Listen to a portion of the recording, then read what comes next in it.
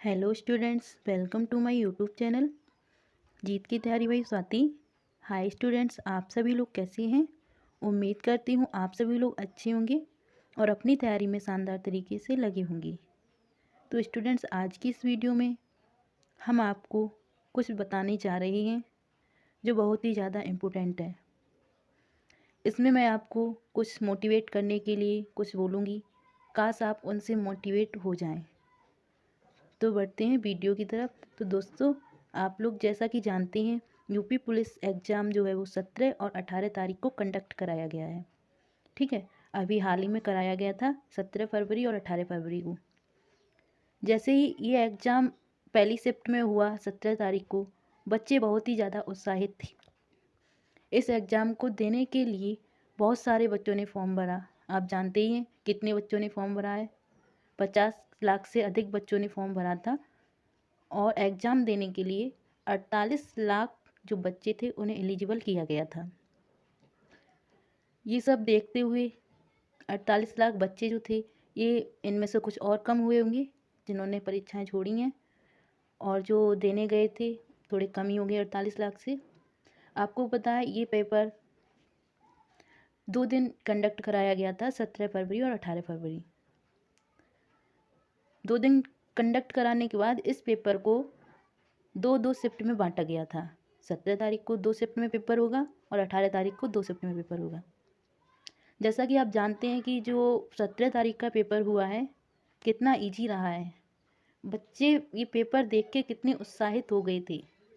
First shift का paper बच्चों ने देखा, देखते ही टाइम उनको ऐसा लगा जैसे कि उनको जॉब मिल गई हो। मैं भी पेपर देने गई थी तो मुझे भी बहुत एक्साइटेड मैं भी हुई पेपर देख के। मुझे लगा कि इस साल मुझे जॉब मिलनी है, 100% मिलनी है। लेकिन क्या करूं, कुछ नहीं हुआ। जब सेकंड शिफ्ट का एग्ज़ाम आया, फर्स्ट डे पर 17 तारीख को सेकंड शिफ्ट का एग्ज़ाम जब आया तो वो भी बहुत इजी था। पहले दिन के दोनों एग्ज़ाम बहुत ही इजी थे। बच्चों को बहुत सारी उम्मीदें थीं कि वो इस साल कुछ कर दिखाएंगे, वो अपने माँ बाप के फ़िक्र को फ़क्र में बदल कर दिखाएंगे। लेकिन ये कुछ नहीं हुआ। आप लोग जानते हैं कि ये पेपर लीक हो गए हैं। ये सुनकर बहुत ही ज़्यादा दुख हुआ, बहुत ही ज़्यादा दुख हुआ। बच्चों ने कैसे मेहनत की होगी, कैसे उनके माँ बाप ने उन्हें पढ़ाया होगा, कैसे उन लोगों ने रात भर जाग कर मेहनत की होगी। जब 18 तारीख का पेपर आया वो भी ठीक ठाक था, बट 17 तारीख का पेपर जो था वो बहुत ही ज़्यादा ईजी था।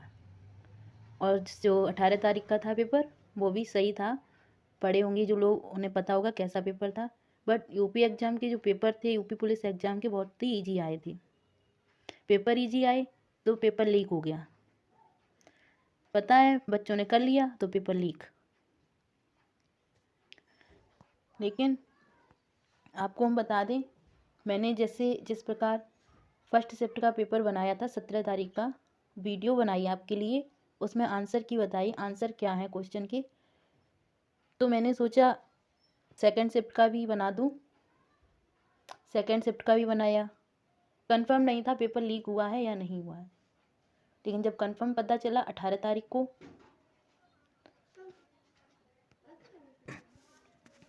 लेकिन जब कंफर्म हुआ 18 तारीख को कि पेपर लीक हो गए हैं तो मैं भी बहुत डिमोटिवेट हो गई।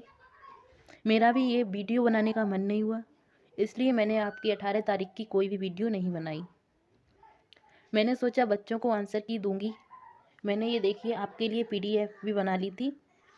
मेरे पास सारे क्वेश्चंस की पीडीएफ थी, बट ये मैं आपको कट करके दिखा रही हूँ। मैंने इसको अब हटा दिया है क्योंकि इसका कोई मतलब ही नहीं रहा है, तो मैं पीडीएफ क्यों बनाऊँ। कोई मतलब होता तो मैं पीडीएफ बनाती भी, लेकिन इसका कोई मतलब ही नहीं रहा तो मैं क्यों बनाऊँ। तो लीक हो गया पेपर।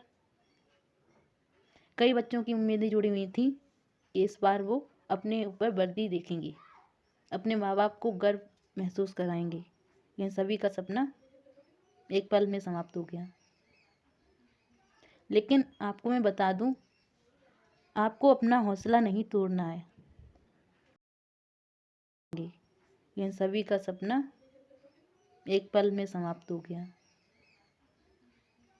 लेकिन आपको मैं बता दूं, आपको अपना हौसला नहीं तोड़ना है, आपको अपना हौसला बनाए रखना है। ठीक है।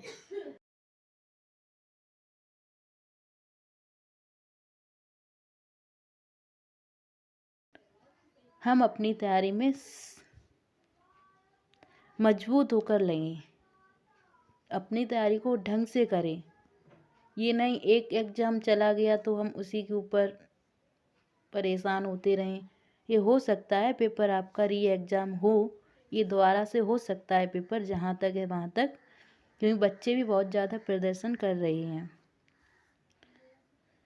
आप लोगों को पता है कितना प्रदर्शन चल रहा है इसके लिए कि ये पेपर री एग्ज़ाम होना चाहिए। ये बेचारे जो गरीब बच्चे होते हैं कैसे मेहनत कर पाते हैं, कैसे पढ़ पाते हैं, बस उन्हीं की आवाज़ है। वो लोग आवाज़ उठाएंगे, पेपर री एग्ज़ाम ज़रूर होगा। अब आपको हम बताएं,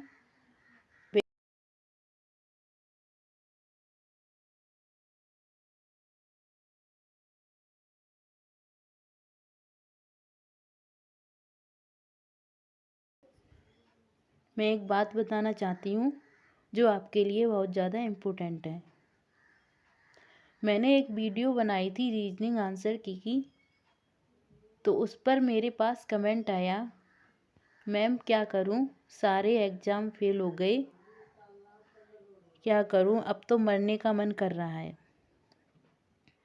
तो मैं आपको बता दूँ, ऐसी बातें करने से या ऐसा कुछ करने से किसी का कुछ नहीं बिगड़ जाएगा। आप अपने लिए ही नुकसान करेंगे। आप कुछ गलत कदम उठाएंगे तो उसमें आपका ही नुकसान होगा। आपको बता दूं कि कहते नहीं है,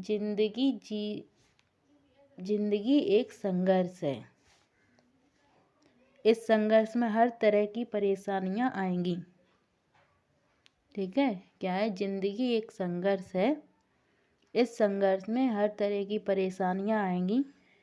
इनसे आपको हतोत्साहित नहीं होना है, इनसे आपको निराश नहीं होना है, इनसे आपको डटकर सामना करना है।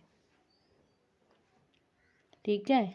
आपने एक सुना होगा गौरव सर से एक शायरी, मान लो कुछ भी, मोटिवेट पोएम वगैरह कुछ भी मान लो, जिंदगी खेलती भी उसी के साथ है, जिंदगी खेलती भी उसी के साथ है, जो खिलाड़ी बेहतरीन होता है। समझ रहे हो, जिंदगी उसी के साथ खेलती है जो खिलाड़ी बेहतरीन होता है। दर्द सबके एक से होते हैं, सुन रही हो ना, दर्द सबके एक से होते हैं पर हौसला सबका अलग अलग है। दर्द तो सबके एक से होते हैं लेकिन हौसला सबका अलग अलग है। कोई हताश होकर बिखर जाता है, कोई हताश होकर बिखर जाता है, तो कोई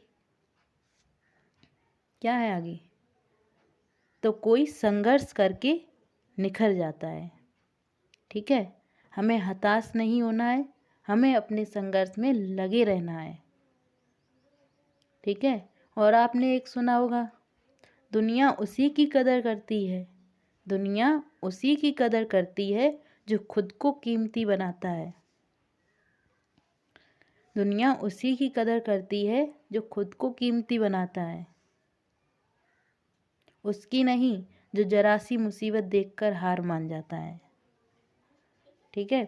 तो हमें ऐसा कुछ भी नहीं करना है जिससे हमारा अहित हो। हमें लगातार निरंतर अपनी तैयारी में लगे रहना है। ये तो पुलिस एग्ज़ाम था, कोई बात